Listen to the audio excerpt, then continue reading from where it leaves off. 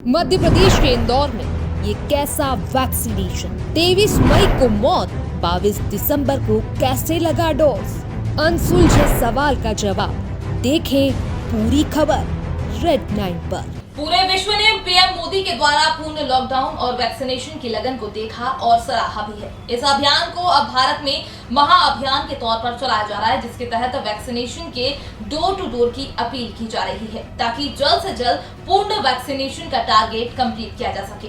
लेकिन भारत दुनिया से 2 कदम आगे की सोचता है। ये तो महामारी में सबने देखा, लेकिन क्या भारत में वैक्सीनेशन में इतना अलर्ट है कि संक्रमण के डर से अब डेड बॉडी को भी वैक्सीन लगाई जाए? अगर नहीं तो आइए आपको लिए चलते हैं मध्य प्रदेश के इंदौर शहर में, जहां के निवासी को अपनी स्वर्गीय मां का वैक्सीनेशन सर्टिफिकेट प्राप्त है। जी हाँ, आपने सही सुना। इंदौर में संपूर्ण वैक्सीनेशन की अपील इस कदर चल रही है कि अब जिंदा लोगों के अलावा मृत आत्मा के नाम से भी सर्टिफिकेट जारी किया जाने लगा है। लेकिन यहाँ सवाल ये उठता है कि 23 मई को देहांत होने वाले व्यक्ति को 7 माह बाद वैक्सीन कैसे और कब लगा। इन सवालों के जवाब तो इंदौर के राहुल गुप्ता को नहीं मिले, लेकिन रेड 9 के साथ सड़क पर खड़े गुप्ता परिवार के इस सदस्य ने साझा किया पूरा मामला। आखिर क्यों ये शख्स सड़क पर सर्टिफिकेट लिए खड़ा है, आइए आप भी जानिए। इंदौर में पूर्ण वैक्सीनेशन को भरपूर जोर शोर के साथ इन्हें एक उत्साह मिल रहा है, लोगों का प्रतिसाद मिल रहा है। कलेक्टर, निगम आयुक्त, हर कोई इससे अपील कर रहा है कि जल्द से जल्द सभी का पूर्ण वैक्सीनेशन हो, फर्स्ट हो, सेकंड हो। लेकिन क्या आपको लगता है कि मृत व्यक्ति सेकंड डोज लगवा सकता है? अगर आप सुनने में कोई मिस्टेक नहीं हुई है, मैंने बिल्कुल बाकायदा वही चीज़ कही है कि क्या कोई मृत व्यक्ति का सेकंड डोज लग सकता है, तो इस पर आपका भी आश्चर्य स्वाभाविक है। लेकिन हम यहाँ पर आपको वो सर्टिफिकेट दिखा रहे हैं जो व्यक्ति मृत है और उसका सर्टिफिकेट आ चुका है सेकंड डोज का, जो आप देख रहे हैं इसमें जो फीमेल है और जिनका नाम है गोमती गुप्ता, जिनकी उम्र 68 वर्ष दिखाई जा रही है। इनका सर्टिफिकेट है, लेकिन इनकी जो मृत्यु है वो मई में ही हो चुकी है, 2021 मई में। लेकिन इनका जो सर्टिफिकेट डेट है वो आप देख सकते हैं यहाँ पर 22/12/2021। तो ये एक मिस्टेक है, मेजर मिस्टेक है। ये क्या, ये जिनको आया है ये सर्टिफिकेट और जिनका गोमती गुप्ता माताजी लगती हैं, तो चलिए उनसे बात करते हैं कि ऐसी मेजर मिस्टेक के लिए उनको कैसे संपर्क किया गया।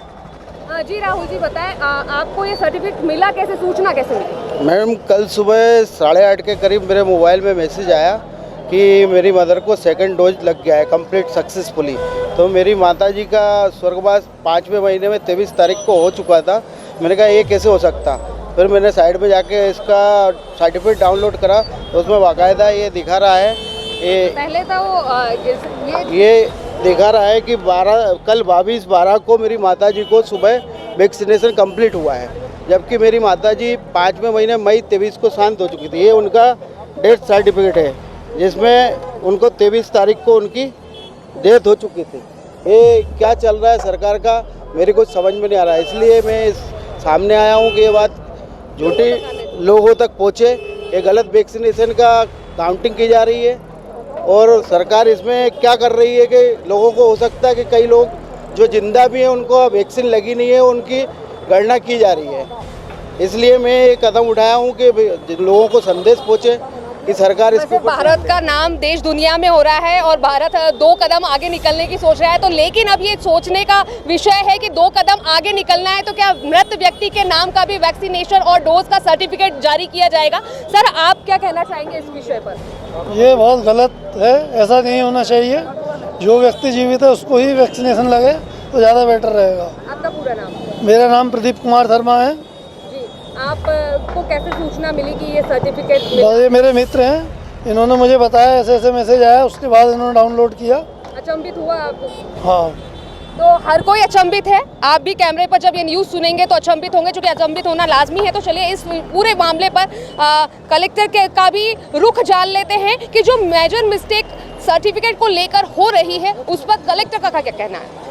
वैसे तो इंदौर के नाम अब तक ऐसे कई केसेस सामने आए थे जहां बिना डोज के ही लोगों के नाम वैक्सीनेशन सर्टिफिकेट जारी हो गए थे, लेकिन अब शायद ये भारत का पहला ही मामला होगा जब कोविड पोर्टल के द्वारा मृत आत्मा के नाम का सर्टिफिकेट भी जारी किया गया है। लगातार गलत सर्टिफिकेट सुर्खियों में बने हुए थे। ऐसी ही मेजर मिस्टेक को लेकर इंदौर कलेक्टर का नया दृष्टिकोण है, आप भी सुनिए। एक्चुअली ये पोर्टल बहुत बड़ा पोर्टल है एक्चुअली है, तो उसमें ऐसे केसेस आते हैं तो इसको हम लोग रिपोर्ट करते हैं, सीएमएचओ कैसे रिपोर्ट होता है, अल्टीमेटली स्टेट गवर्नमेंट से दिल्ली जाता है किस प्रकार के केसेस क्यों आ रहे हैं। ये कहीं ना कहीं कोई ना कोई कुछ स्लिप होता होगा जिसकी वजह से ऐसा होता होगा, या कहीं एंट्री में करने में कहीं पे जो मुझे ज्यादा संभावना लगती है कि पोर्टल तो गलत नहीं होगा, कहीं ना कहीं एंट्री करने में अगर 1-2 नंबर भी इधर हो गए, मान लीजिए मोबाइल नंबर, तो वो गलत लोगों में चले जाते हैं। तो एंट्री करने में ये बहुत होता है कि मोबाइल नंबर गलत हो जाते हैं, टाइप करने में गलती हुई और वो दूसरे नंबर व्यक्ति को मैसेज चला जाता है। तो ये सब इश्यूज होते हैं। अब इतने लार्ज स्केल में जब करोड़ों का काम होता है तो ये सब चीजें होना